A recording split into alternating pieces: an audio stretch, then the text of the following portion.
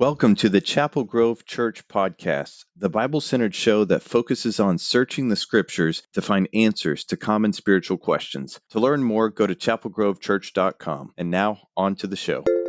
Hey everyone, welcome to the show. My name is Etsy Nichols. I'm the host of today's episode.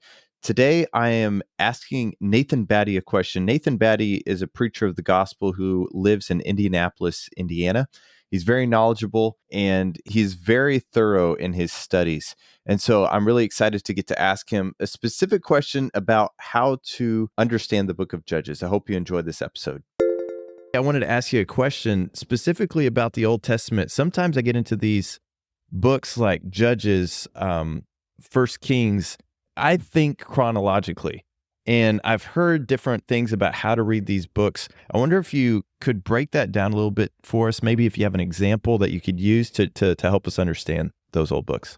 Sure. So with the Western mindset, we always think chronologically, and B follows A, and we just think everything's lined up in a chronological sequence. That's not how biblical narrative works predominantly.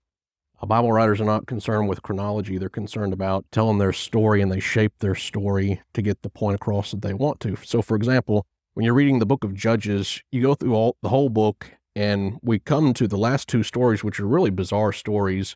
This Levite who is captured by Danites, and he's put up as the priest of their idol's temple, followed by a story of another Levite and a concubine who gets raped, chopped up into 12 pieces, and starts a civil war. And you have this just bizarre two scenes at the end, and we're thinking, okay, we've read through the whole book of Judges. The last great judge is Samson, and then we have these two stories at the end, so we must now be very close sequentially to the book of Samuel. Well, actually, when you pay attention to the details of those two final stories, chronologically speaking, they happen at the very beginning of the Judges period. And here's how we know this. For instance, the Levite who's captured by the Danites, the story tells us that he is the grandson of Moses. And then the Levite whose concubine is raped and chopped up, he is living in the period where the high priest is the grandson of Aaron. So you're talking about two generations removed from Moses and Aaron. This is very early on. The period of Judges lasts for about 370 years. This is very early on in the sequence. And the reason these two stories are placed at the end of the book has nothing to do with chronology. It's wanting to show what the religious state and the moral state of the nation is throughout the entire period of Judges. And within this sequence, you have a number of elements that come up later on in the book of Samuel. It's kind of preparing us and tying us to the book of Samuel. For instance, in the final scene of the Levite and his concubine, the story is set in the town of Gibeah. Well, it turns out Gibeah is the hometown of King Saul. That's where he was born and raised and where he sets up his kingdom. At the end of that story, there are 600 Benjamites left after the civil war takes place, and they need wives for them. And so they hunt around, and they find out there was a town called Jabesh-Gilead that did not show up for battle, and they'd made a vow at the beginning of the battle that whoever didn't show up would be killed. So they go over and they attack Jabesh-Gilead, which is on the east side of Jordan, and they kill all the men, women, and children except 400 concubines. And they take these 400 virgins. They take these 400 virgins and they marry them off to the Benjamites. Well, they're still lacking 200 wives.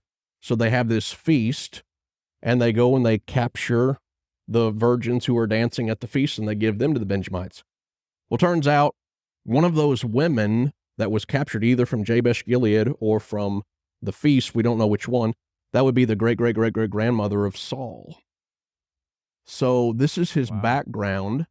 Later on, when he starts his first battle and calls the nation together, he chops up an ox into 12 pieces and sends it out through the nation to gather them together. That was a real attention getter. And also, whenever Saul is killed at the end of his life, his body is tacked up on this Philistine wall, and it's men from Jabesh-Gilead who braved the night to go retrieve his body.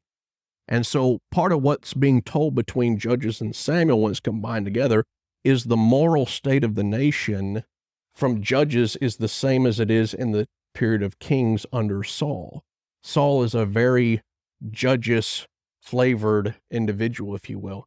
And the reason the two stories of the Levites come at the end of the book of Judges has nothing to do with chronology. It has everything to do with showing here's the religious state of the nation, they're idolatrous people, and they're very wicked, morally speaking.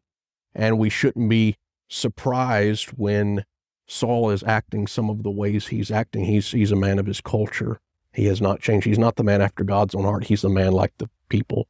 That's a really good point. When I think of Judges, I think of that phrase that sort of sums it up, the end verse. And in those days, there was no king in the land. Every man did what was right in his own eyes. And then you come to Saul, who does become the king, but who also seems to do what is right in his eyes. That's right. He's not doing God's will. He's doing what's right in his eyes. God always intended for there to be a king, but he wanted a king like David, not like Saul. Really appreciate you breaking that down, and look forward to future conversations on this. Thanks, Nathan. Thank you for listening. If you'd like to learn more, go to chapelgrovechurch.com. Lastly, if you enjoyed this episode, please consider leaving us a review on iTunes. It helps others find us and lets us know how we're doing. Until next time, take care.